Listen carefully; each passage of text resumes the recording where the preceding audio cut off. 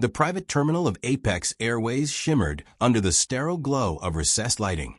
Ethan Cole stood at the window, watching one of his own aircraft taxi to the gate, its pristine fuselage reflecting the early morning light.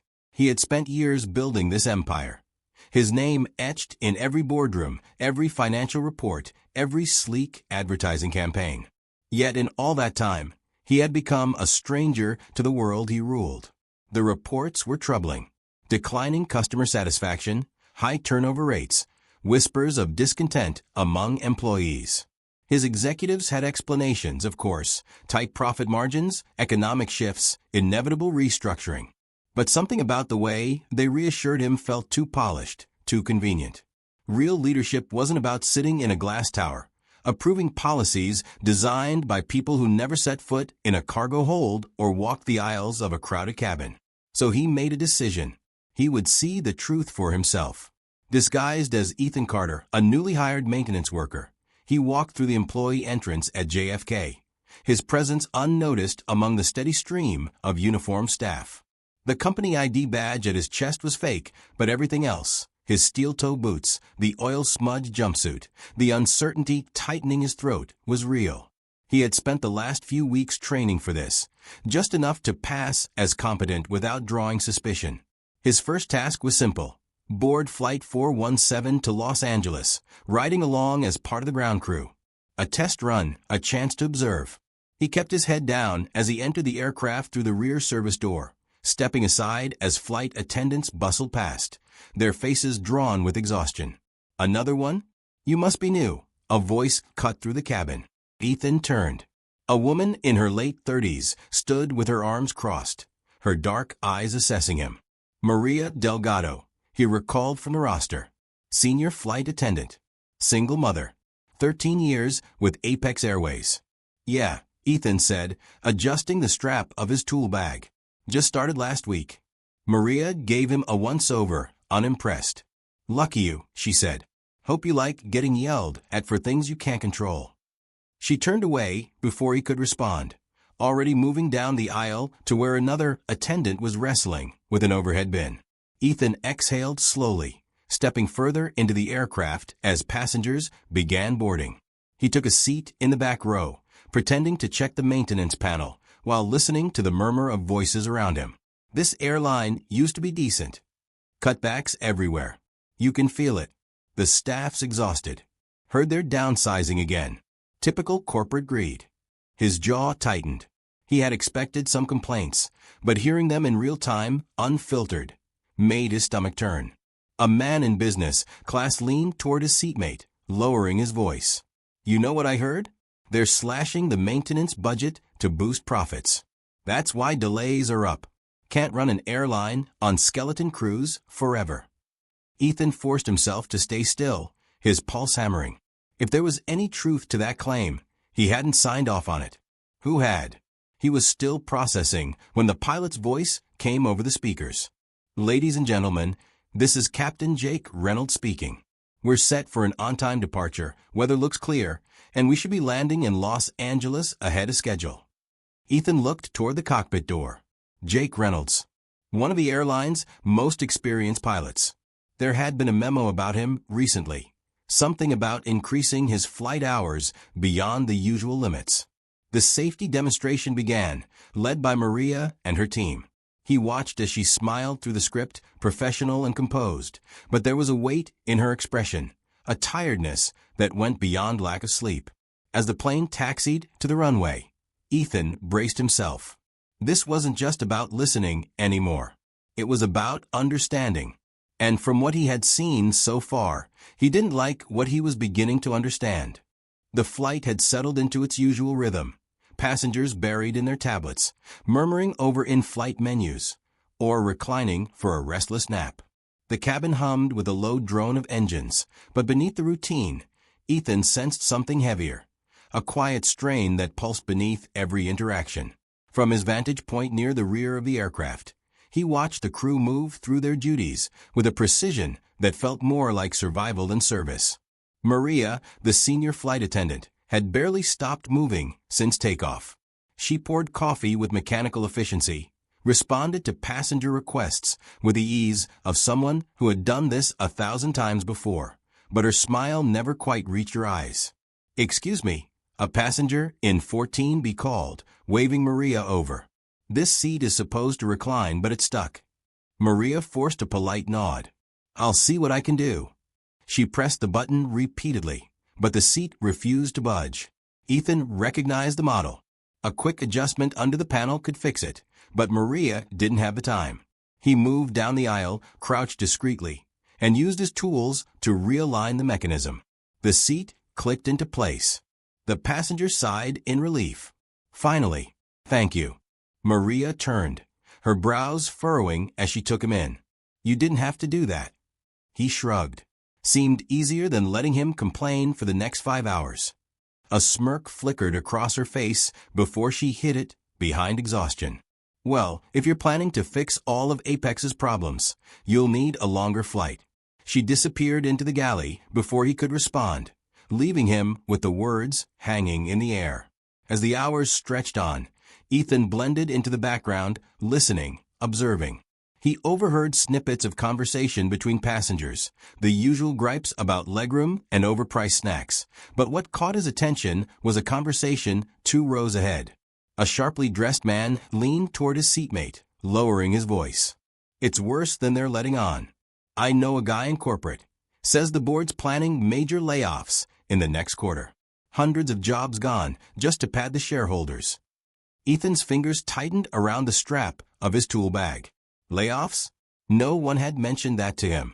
If this was true, his own leadership team had kept him in the dark. The more he listened, the clearer it became. The public perception of Apex Airways was crumbling. Passengers felt the decline in service, employees felt the strain, and yet the company line remained the same: business as usual. The intercom crackled. "Ladies and gentlemen, we're encountering some unexpected turbulence. Please remain seated with your seatbelts fastened." The plane shuddered. A few nervous gasps rippled through the cabin as the turbulence worsened, rattling trays and sloshing drinks. Ethan barely noticed. He was watching Maria. She moved through the aisle, steadying passengers with a practiced calm, but as she reached the galley, she braced herself against the counter, closing her eyes for just a second too long. Something was wrong. When the turbulence finally eased, he found her near the service station, her hands gripping the edge of the counter. "You good?" he asked. She let out a breath, straightening. "Just a little dizzy." He wasn't convinced. "When was your last break?" She gave him a dry laugh. "A real break? Maybe 2 years ago." Before he could press further, the cockpit door opened, and Captain Jake Reynolds stepped into the cabin. Ethan had only seen him from a distance, but up close, the fatigue in his expression was undeniable. Maria crossed her arms. "What are you doing out here? Co-pilot's got the controls." "I just needed a second." He rubbed his face before glancing at Ethan. "You're new, right?" "Yeah," Ethan said carefully. Jake studied him before sighing. "Hope you like working overtime." Maria scoffed. "Welcome to Apex Airways, where sleep is optional, and management doesn't know we exist." Ethan tensed. He wanted to argue, to tell them they were wrong, but the truth was gnawing at him. Jake shook his head. "I had to pull a double last week. 14 hours in the air. They keep pushing, and eventually, someone's going to make a mistake." A cold knot formed in Ethan's stomach. Fatigue was deadly in aviation. A tired pilot was as dangerous as a faulty engine. Yet here was one of his most experienced captains, openly admitting he was being pushed beyond safe limits. Before he could respond, an alert chimed from the cockpit. Jake's expression darkened as he turned on his heel and disappeared back inside. A minute later, the intercom clicked on. "Folks, this is your captain speaking. We've just been alerted to a minor technical issue. Nothing to be alarmed about, but we're following protocol and running some quick diagnostics." The calmness in his voice was practiced, but Ethan caught the tightness beneath it. Maria sighed. "Great. Another minor issue. Last week, we had a cabin pressure fault mid-flight. They keep cutting costs, and we're the ones stuck dealing with it." Ethan clenched his jaw. If the company had been prioritizing profits over safety, this was beyond negligence. It was criminal. The plane hit another pocket of turbulence, jolting violently before settling. Maria instinctively grabbed the seat beside her, but when she looked up, Ethan was already moving toward the cockpit. "You can't go in there," she called after him. He ignored her. Right now, he wasn't a maintenance worker. He wasn't undercover. He was the man responsible for every life on this plane. And something was very, very wrong. The cockpit was dimly lit, filled with a quiet hum of controls and the steady flicker of instruments. Captain Jake Reynolds barely glanced up as Ethan stepped inside, his focus locked on the diagnostic screen. The tension in the air was palpable, each second stretching thin as the system ran its check. "Didn't realize maintenance was getting hands-on mid-flight," Jake muttered, fingers tapping against the throttle levers. Ethan kept his voice even. "Figured I'd see what's going on for myself." Jake exhaled sharply, shaking his head. "It's always the same damn thing. These systems are overdue for upgrades, but instead they cut our budget and tell us to manage with what we have." He glanced sideways. "How bad is it on your end?" Ethan hesitated. He was walking a razor-thin line, balancing the identity of Ethan Carter against the growing need to act. "Bad enough," he admitted. "Crew's exhausted. Equipment's failing. Passengers are noticing." Jake let out a bitter chuckle. "That's what happens when the people in charge only care about the numbers." His voice dropped, laced with frustration. "You want the truth? Every damn day, we're one miscalculation away from a disaster. And when it happens, they'll blame the crew, not the execs, not the ones making these decisions from their cushy offices." Ethan swallowed hard. He had spent years at the top, making calls he thought were best for the company. But now, face to face with the people living the consequences, those decisions fell hollow. Before he could respond, the diagnostic alert turned green. "Looks like it's stable," Jake said, adjusting the controls. "We should be fine until landing." Ethan gave a slow nod, then turned to leave. But as he stepped back into the main cabin, Maria was waiting. Her arms were crossed, her dark eyes unreadable. "You want to tell me what that was about?" Ethan met her gaze, weighing his options. Lying felt useless. She had already seen too much. Before he could answer, a sharp voice cut through the cabin. "I knew you looked familiar." Ethan turned, his stomach dropping as a man from first class strode toward them. "Carter Blake, Apex Airways Chief Operating Officer." "Mr. Cole," Blake sneered, his voice dripping with mock surprise. "I have to say, I never expected to see you down here playing mechanic." A ripple of confusion spread through the crew. Maria's brows knit together. "Wait, what?" Blake took a step closer, eyes gleaming with amusement.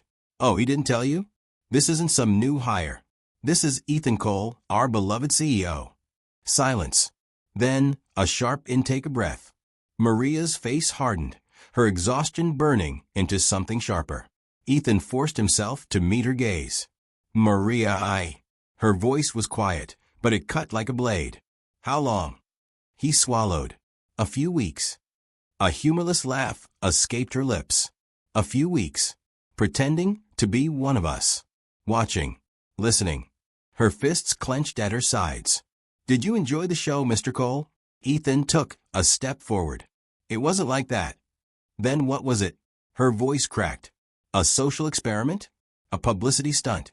Before he could answer, Blake let out a sharp laugh. "You think he's here for some noble cause?" He turned to the gathered crew. "He's here because he doesn't trust us. Because he thinks we're the problem." "That's not true," Ethan snapped. Blake smirked. "Isn't it? You could have fixed this from your office. But instead, you snuck around like a thief. What does that say about your leadership?" Ethan's chest tightened. He had expected fallout, but this was spiraling faster than he could control. Blake turned to Maria, his voice dripping with mock sympathy. "You see? He isn't one of us. He never was." Maria's gaze flickered between them, something breaking behind her eyes. "You lied to me," she whispered. "To all of us." Ethan's breath caught. Maria. But she was already walking away.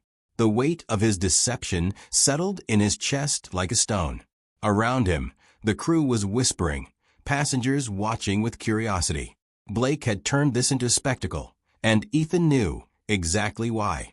This wasn't just about exposing his disguise. This was about control. About making sure no one would stand with him when the real fight began. Blake leaned in close, lowering his voice so only Ethan could hear. "You have no allies here. Walk away. You've already lost." Ethan clenched his jaw. He had walked onto this flight searching for answers.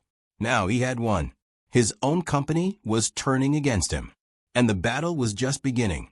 Ethan sat alone in his office, staring out over the city skyline. The world below moved on as if nothing had changed, but everything inside him had. The board had wasted no time calling an emergency meeting upon his return, their polished smiles barely masking their disapproval. The moment he stepped through those mahogany doors, Carter Blake had been waiting, armed with spreadsheets and carefully worded justifications for every corner cut, every life disrupted in the name of profit. "You've lost perspective, Ethan," Blake had said smoothly. "You let emotions cloud your judgment. Business isn't about feelings, it's about survival." Survival. That's what they called it. Slashing maintenance budgets, overworking employees, planning mass layoffs behind closed doors. To them, survival was measured in quarterly earnings and shareholder confidence. To Ethan, survival was the exhausted flight attendants, the pilots pushed to their limits, the passengers unknowingly boarding planes that weren't as safe as they should be. The vote had been swift, effective immediately. Ethan was relieved of operational control, his decisions requiring board approval. A polite coup wrapped in corporate formalities. But they had underestimated him. In the days that followed, Ethan disappeared from Apex's offices, but not from the fight. The truth was too big to ignore now, and he had no intention of letting it be buried beneath a PR campaign. He reached out to Maria first. She didn't answer his calls. Not that he blamed her. But when he showed up unannounced at her apartment, she at least opened the door. "You have 60 seconds, she said, arms crossed. "I need your help," he said, voice steady. "Not as my employee. As the only person who told me the truth when I didn't deserve it." She studied him, wary but listening. "Why should I trust you?" "Because I didn't know how bad it was.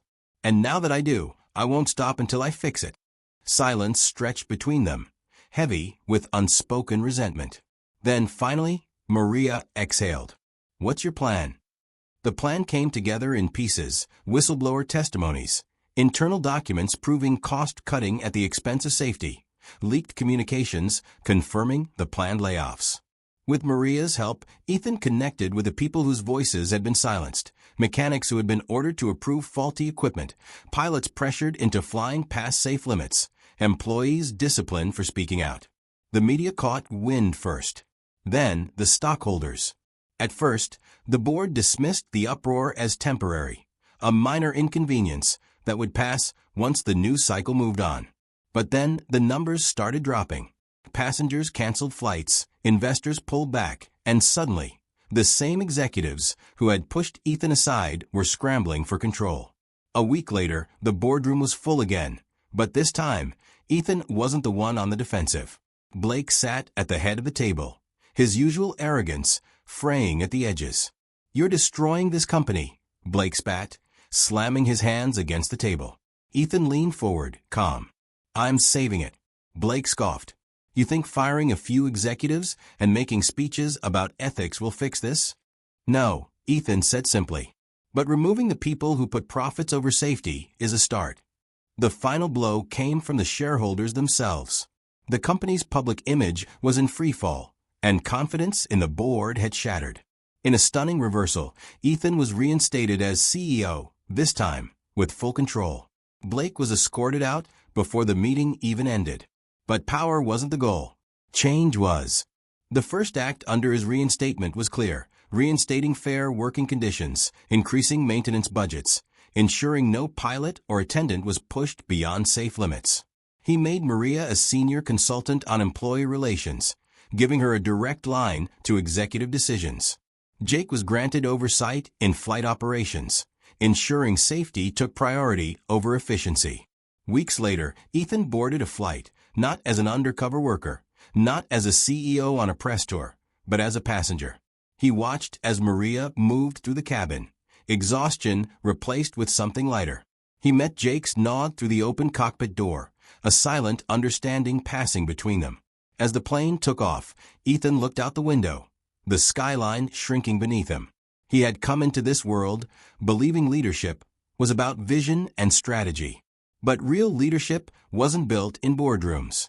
It was earned at 30,000 feet, in the quiet sacrifices of the people who kept everything running.